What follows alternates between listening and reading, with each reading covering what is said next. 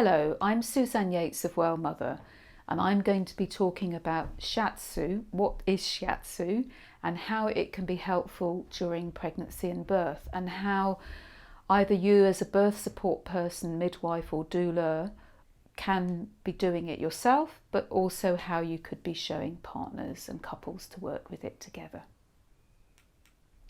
So the key themes that I'm going to cover during this talk will be what Shiatsu is, why you might want to use Shiatsu, and then I'll be going through some of the basic principles of how you use Shiatsu, the practicalities of it, because it's actually quite easy to use, and I'm going to then go through a few simple things that you can already start to consider integrating for birth, and also some skills for pregnancy.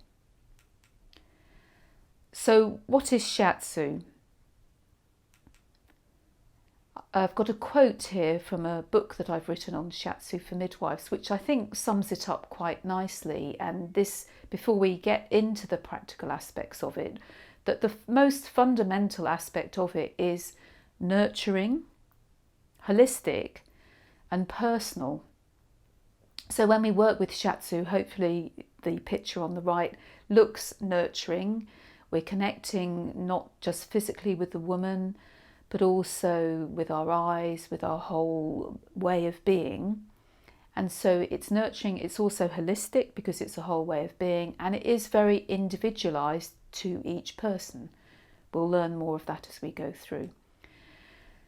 And hopefully a lot of it are skills that you're already using, but it's just making it a bit more focused. So as Trisha Anderson quoted in my book, Shiatsu for Midwives, it takes the healing modality of touch one stage further. How to use core midwifery skills of touch, gentle pressure and massage in a more systematic and focused way to help the mothers in your care. Women love it. So what is it? Shi means finger and Atsu means pressure, and as you can see from the picture on the left, we are often using our fingers, but we can use our whole palm, and we'll see later on in the presentation we could actually use our body. But it's a Japanese word meaning finger pressure, but fingers in Japan also mean any of the it can mean the thumb as well. So although it's Japanese, it's originated in China, it's using a lot of the principles of Chinese medicine. So it's a holistic body therapy based on Chinese medicine, and Chinese medicine doesn't just see the body in a physical way, but it addresses the whole being, so emotional side and spiritual side. So it's not mechanistic. When we're working with the body, we are working and addressing all these different levels of being. So there are similarities with it to massage, both Japanese massage, and it did evolve from Japanese massage, but also you can integrate it quite easily and readily with European massage style type techniques. So the theory, I'm in the process actually of creating some new drawings of the meridians, because I feel a lot of the drawings so far just show them as lines with points rather than showing the whole connection to the universe. And we can see this person standing on the earth. The meridians and the channels connect us to the earth and how we connect with the earth. Some of the points we'll see are a bit more grounding, connecting us to the earth. Often they are the points in the feet because our feet are closer to the earth. But we also have a lot of the points in the head and the upper body are more connecting us to the heaven and the space around us. So this is the body seeing in the wholeness of the universe, which we'll consider in a moment. So what is drawn on the body, we've got a combination of channels, and there's meridians, there's vessels and channels. This actually is a picture of a vessel, which is a broader energy, but essentially they're all pathways of energy which flow through the body, and relate to, as I already said in the previous slide, the physical aspects. So they often influence the areas where they're physically passing through. So points on the feet are going to more influence the feet, points on the shoulder, more the shoulder, but they also have a much more broader use than just the physical body. They often have an emotional effect as well. Hopefully you'll experience that as we get through the talk. Subos, that's just the Japanese Chinese name for the points, which we can see marked on here, specific points on the meridians, and these have more specific actions on the body. So some of the theory, I've just put a little chart on the left hand side. Often we're working with elements. There's 5 elements in Chinese medicine: fire, earth, metal, water and wood. That's quite a nice simple way of working with it. Do we want to support more watery, fluidy movements? They're often more the movements of first stage, or more woody movements, that's the movement of second stage. So these are different things that we can be considering. So we've already said, I think it's based on traditional Chinese medicine, but modern Shiatsu also integrates Western knowledge. So when we learn Shiatsu, and this is also part of the links with European massage, we are also working with the physical body. So considering the bones in the body, the joints, a lot of the points are around joints. We also consider tendons and muscles. So often when I'm teaching Shiatsu, I get people to feel, well, where in the physical body? That's a good starting point. But it is using the channels and points of acupuncture, and it is a complete health system and way of viewing the body. So physical, emotional, spiritual, the elements, lots of different aspects to it. So the theory, I like this slide because of the nature aspect and the idea of the previous slide. We saw the elements, so water, blue, more shade, nighttime cooler, and fire, sun, bright colours.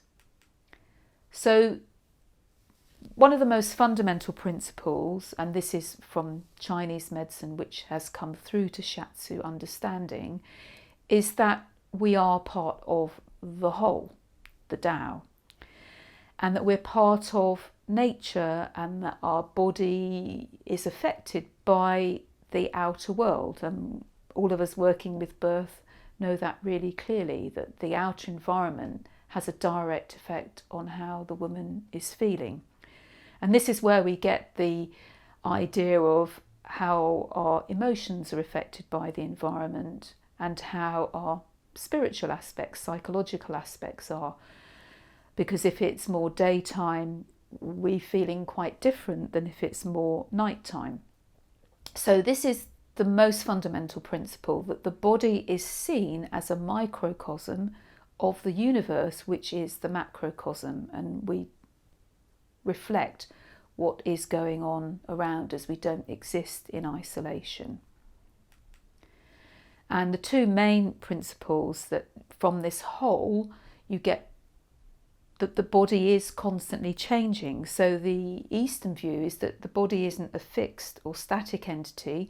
It's constantly changing depending on if it's daytime or nighttime. And you can't say the body is yin or yang. It's only ever in relation to a movement that's constantly changing within the body, which is constantly reflecting what's going on in the outer world. So the sunny, the yang, the daytime, more expansive quality, a more outward, active, and then the yin is a more inward. And we all know that during birth, or even the aspects of pregnancy, that we have more moments when we're more outer and then more inner.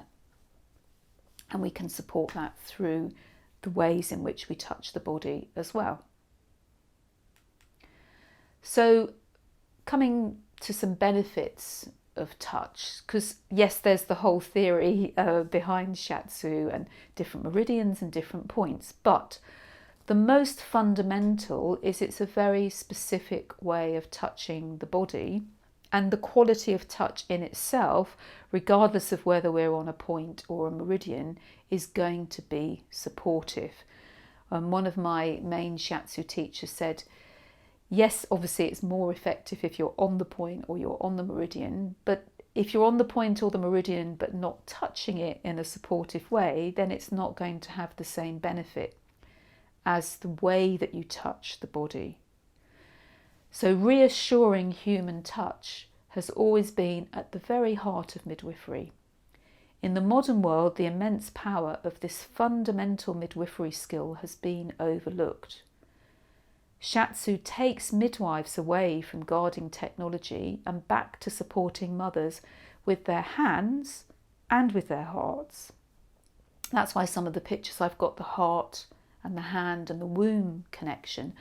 And for midwives, we can really substitute anybody who is supporting women during pregnancy and birth. So doulas or anyone else, or even the partner. It's the quality of touch. That's the most fundamental aspect. Seeing how a mother holds her baby. This is actually the most basic form of Shiatsu. We could say yin, the front of the body to the front of the body, mother connecting with her baby, with her eyes, and that basic quality of touch is very important for the baby, supporting them after birth. And I've put this quote from a Namikoshi, one of the modern creators of Shiatsu in Japan. And he said, the heart of Shiatsu is mother's love. The heart of Shiatsu is the love of the mother. And that's really the quality that we want to have with our touch. That the image of the mother connecting with her baby, that's how we want to be. And it's actually very simple. What can be more simple than a mother holding her baby in a very caring touch? It has actually been shown to be very effective.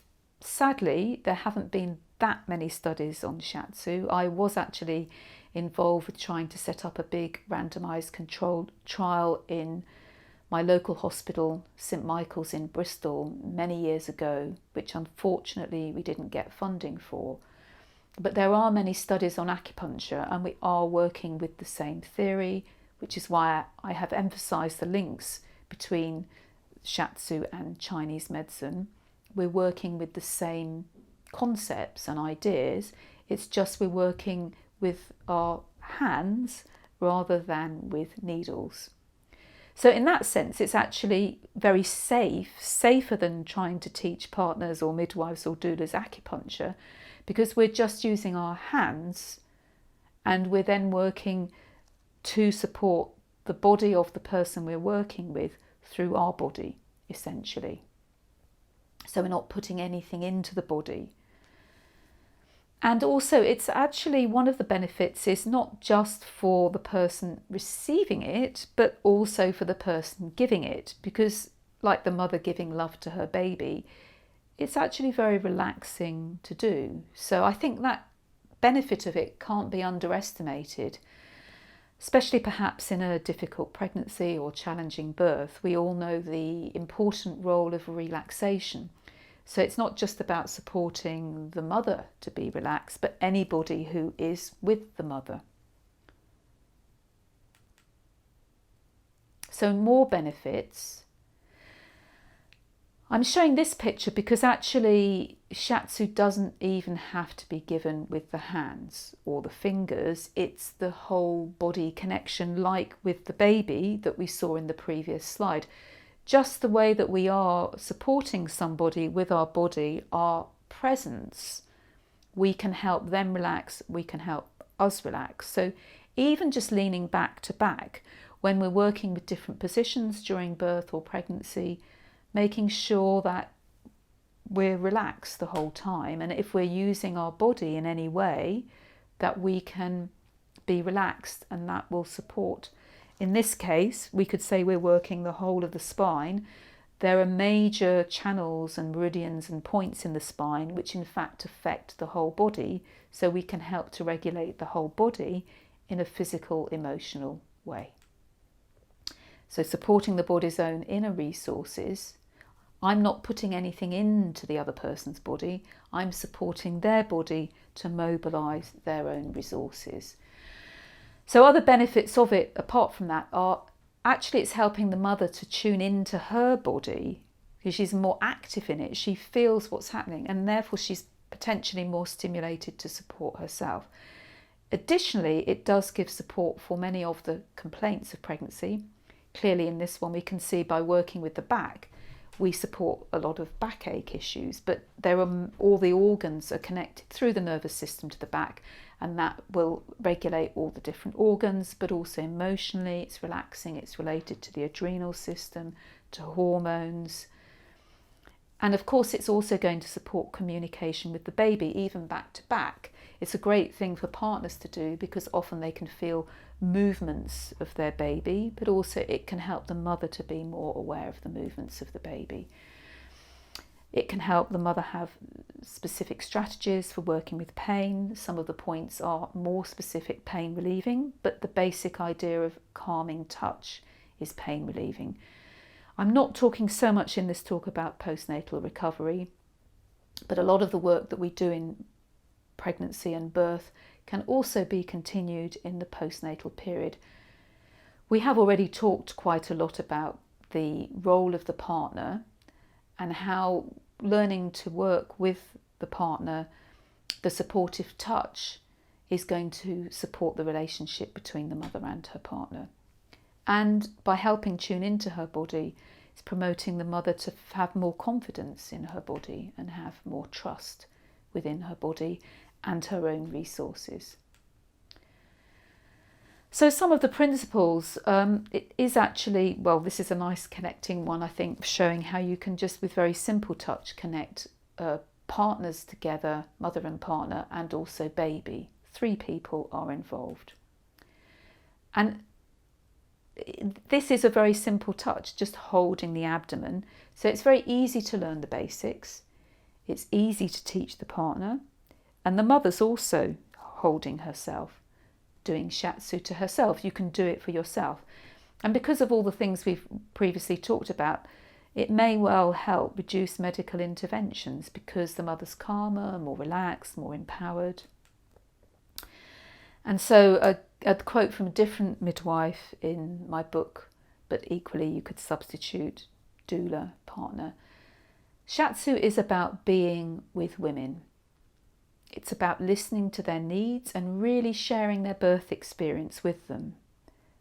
That aspect is particularly important for partners, I feel, that they really feel that they're involved. And some partners have even said to me, I actually felt like I was almost giving birth myself. I was so involved with what was going on.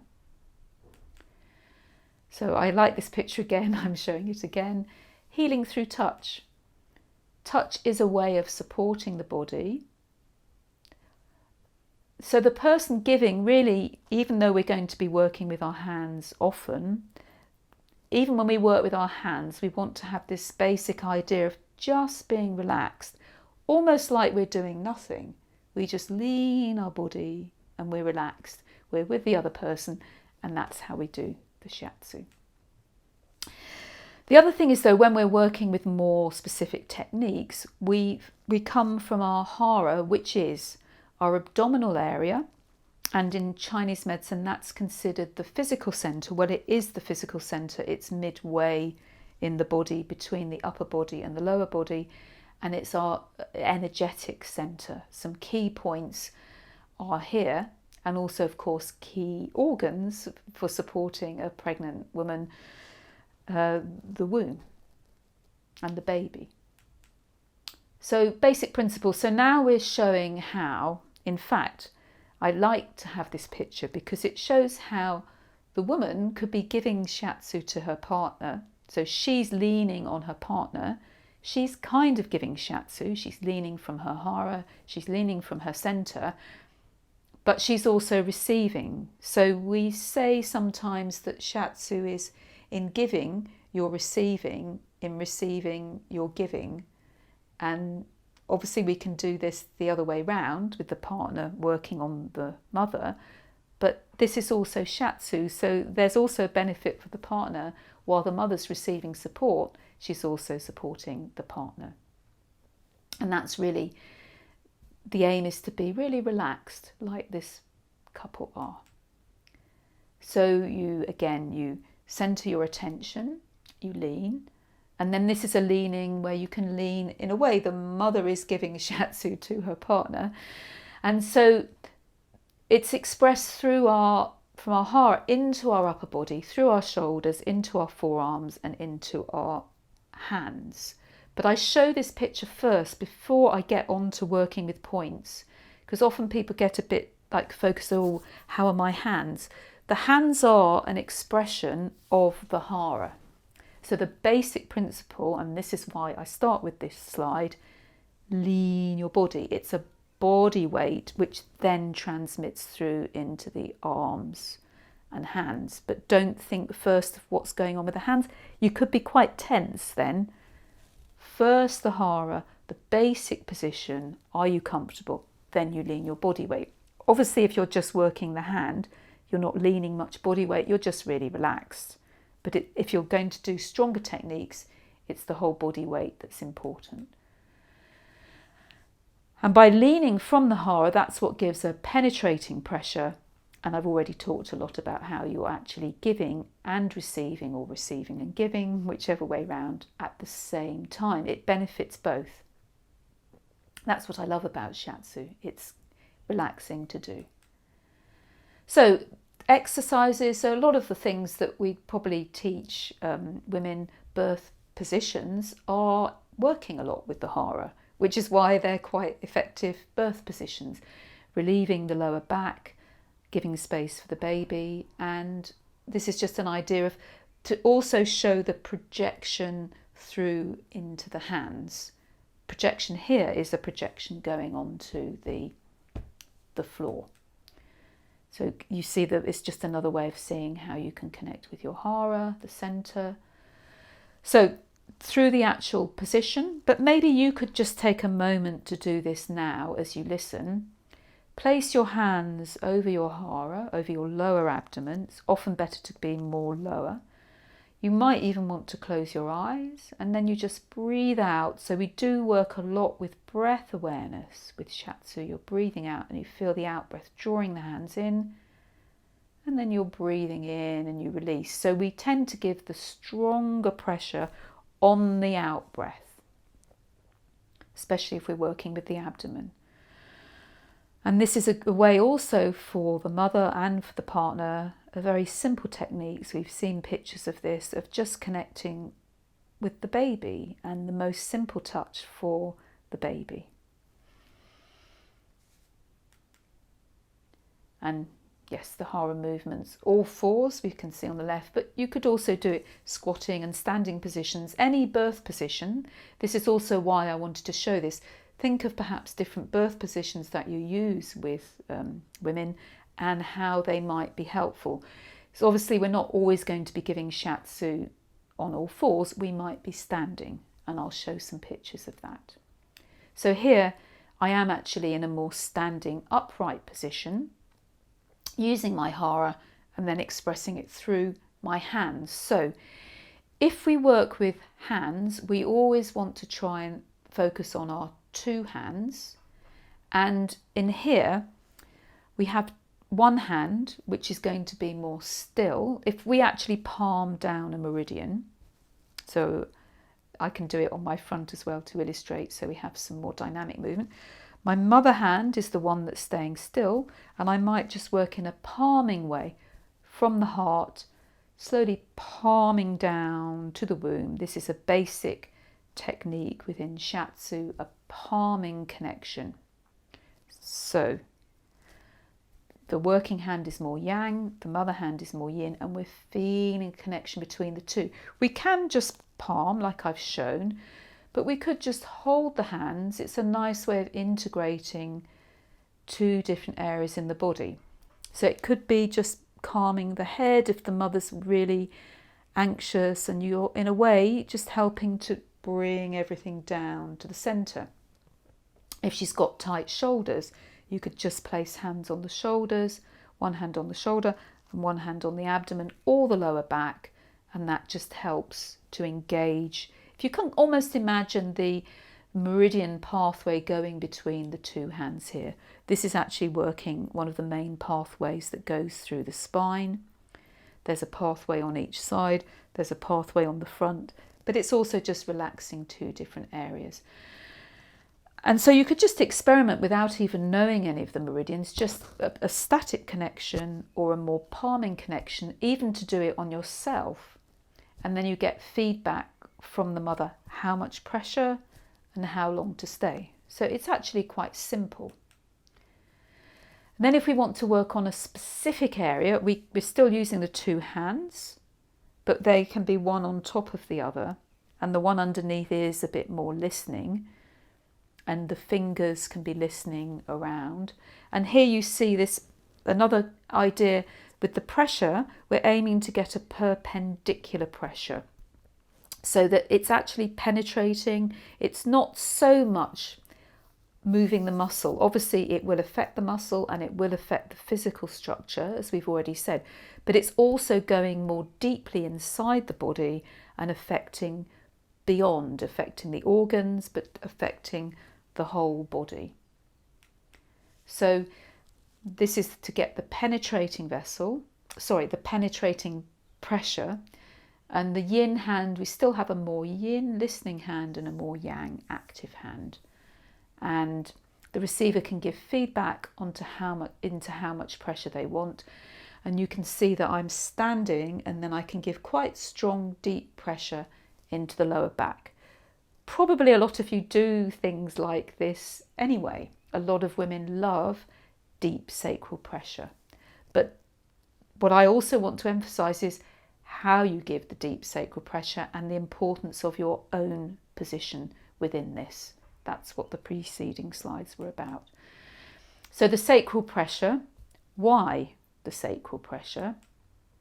Well, you probably do use this, but I just want to be clear. More for late pregnancy and birth itself. It's not so much a postnatal technique. It's amazing for relieving sacral pain, especially if you do it in an all-fours position. It's going to help the position of the baby and also help perhaps the baby to move. And it's circulating energy. It's circulating the energy of the governing vessel and the bladder meridians, which helps to release the sacrum. And it has, as I said earlier, an emotional effect. It's not just physically releasing the sacrum.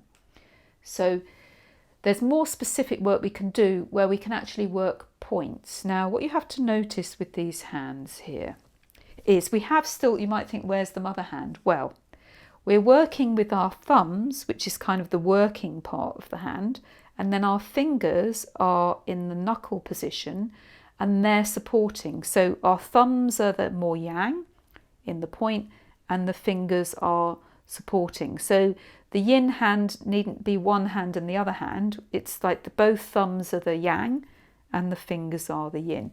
And then we're working in the point. Now you have to be careful if you have hypermobile joints that you don't hyperextend them. I can't hyperextend them the other way. Some people can. But also try and keep the joints as stable and as straight as possible, and that will also help to create that perpendicular pressure. So we can use the thumbs to work the 8 sacral foramen, the 8 indentations in the sacrum, and they're the yang. And the rest of the hand, as I've said, helps to keep the joints aligned, and it also helps to support the body. The benefit of working the points as opposed to the more general pressure on the sacrum is that if you're in a point, the sacrum can actually move. And as we know, the sacrum does need to move a bit during birth. And sometimes we find that all of one side is tighter than the other. And by working these points, we can release the tightness, and that can help to physically realign the sacrum. It can help the baby to move, and it can help more energetically. So it's actually helpful for backache, but also helping the baby to move position. It does have a connection also with the womb through the bladder meridian. Bladder is in capital letters because bladder means more than just the physical bladder. It's actually very related to the water energy. And it's also going to have an effect on the sacral nerves. It also does support urination, but just general fluid release. And this can support very much the whole fluid movement that we want to support during the first stage of labour, going with the flow. It's kind of like the Shiatsu equivalent of getting in a birthing pool, I suppose, if you want to think of it in that way. So I want to show you some other points. With the deeper sacral work, we tend to do more towards the end of pregnancy. Well, I say end, but I often use it from the end of the second trimester, 26, 28 weeks. It's not that it's dangerous before, it's more that the position is less comfortable, perhaps to be on all fours, or that you can use it before, but you probably wouldn't be going quite so deeply. These are points now in the feet, and we've got this idea of the yin and the yang hand, the two hands working together. And I'm working the point, it's basically in the centre of the foot, just below the ball of the foot, and I'm working it with my middle finger of the hand above, but I'm cupping the heel with my other hand, so that's the more yin hand. And this is kidney 1. It's a calming point on the base of the foot. If you remember from that other picture, the feet, as we stand, are more connected to the earth, so it tends to be grounding, drawing the energy down. But it's also linked with the kidneys, which is the paired organ with the bladder. So it's watery, because of course the earth needs water to support it. And it's the most yin point in the body, yin, connecting to the earth, that drawing in energy, as opposed to the yang of the space and the heaven. And as I already said, we use the basic principles that I've talked to you about of how to touch and hold the two hands, the yin and the yang, being relaxed. And you can't so much see my position, but I'm in a position where I am relaxed in the whole of my body. You can use this first trimester, second, third. Postnatally, you can use it with babies as well. It's actually quite a calming point for babies. So other points just to show you, because basically to give you an idea of points on the lower body and points on the upper body, the arms. These are points that are more connected with the heart protector 6 and heart protector 8. So heart protector 6 is 3 fingers from the wrist fold. This is how we measure the points, by the fingers or the thumbs of the person we're working on. So if you're working with babies, don't use 3 of your fingers, measure it as 3 of theirs. So obviously distances with babies are very small. 3 fingers, and it's between the tendons, and it's probably one of the most well-known points. We obviously wouldn't want to give pressure that's too strong. It's used especially in the first trimester for morning sickness. Again, would use both sides like we would have done for the kidney, and using both sides to balance the two sides of the body. And you could use it for sickness at any point in pregnancy or during birth, or even indeed postnatally. You use the same principles. Then we've got this point on the centre of the palm of the hand. This is more of an emotionally calming point. The heart protector points, or the pericardium, they support the heart. So at any point, if the woman is getting quite distressed, it's a great point for babies. But we want to keep applying our main principles. So sometimes people think, oh, hold something and clench up the hands, but that clearly is going to clench the whole arm, the shoulders, the jaw, the throat, the cervix. So ideally you want the hands nice and relaxed. If you're doing it yourself, you do one hand at a time. That's the working bit, the yang, supporting with a pincery kind of movement. And partners could do both hands at the same time, but the recipient's hands are relaxed. If you try doing that yourself, you'll feel the difference if you hold with the hand relaxed, or if you hold and you tense. You feel it's just creating tension in the body rather than relaxation, release and calming. It's also yin, even though it's the upper body, it's the inside of the body, but it's the yin fire. Yin fire is more like a calm candle. Yang fire would be a raging forest fire, and it's all supporting the heart. So it might be good to take a moment to just tune into these points. and they're calming. I want to show now a dynamic point, which is more yang. Upper body, that is more yang. Everything's relative, like the yin and the yang. The front of the body is more yin, the back's more yang, but the upper body more yang, more connected to the space. This point is in the top of the shoulder, in the muscle, in the most contracted point of the trapezius muscle. And often we do need to work it quite intensely, so we can actually use our elbows to work points. And this is quite a good position because you can actually work both at the same time. It's not so easy, obviously, to do on yourself, but certainly not with your elbow. But you could try using your fingers, but it can be a bit hard to do without putting tension in your other shoulder. But the idea of this, if you imagine someone leaning on the top of your shoulder, it has a very downward releasing movement. So it's going to release the neck and the shoulders, that's where it physically is, but it also has a downward movement. And this point is more yang. Gallbladder is connected to the wood energy. So top of the shoulder, it will release tension in the shoulders, which will release tension in the neck and the jaw, which then of course will have an effect on the pelvis. And in fact the gallbladder meridian passes through the pelvis, and there are points within the pelvis that help the gallbladder energy as well. Wood, that was the 5 elements. Each of the meridians is related to an element, and this is the yang. Wood is the energy of spring. So it's the energy of birth. It's imagining new shoots coming through in the spring, pushing through the earth.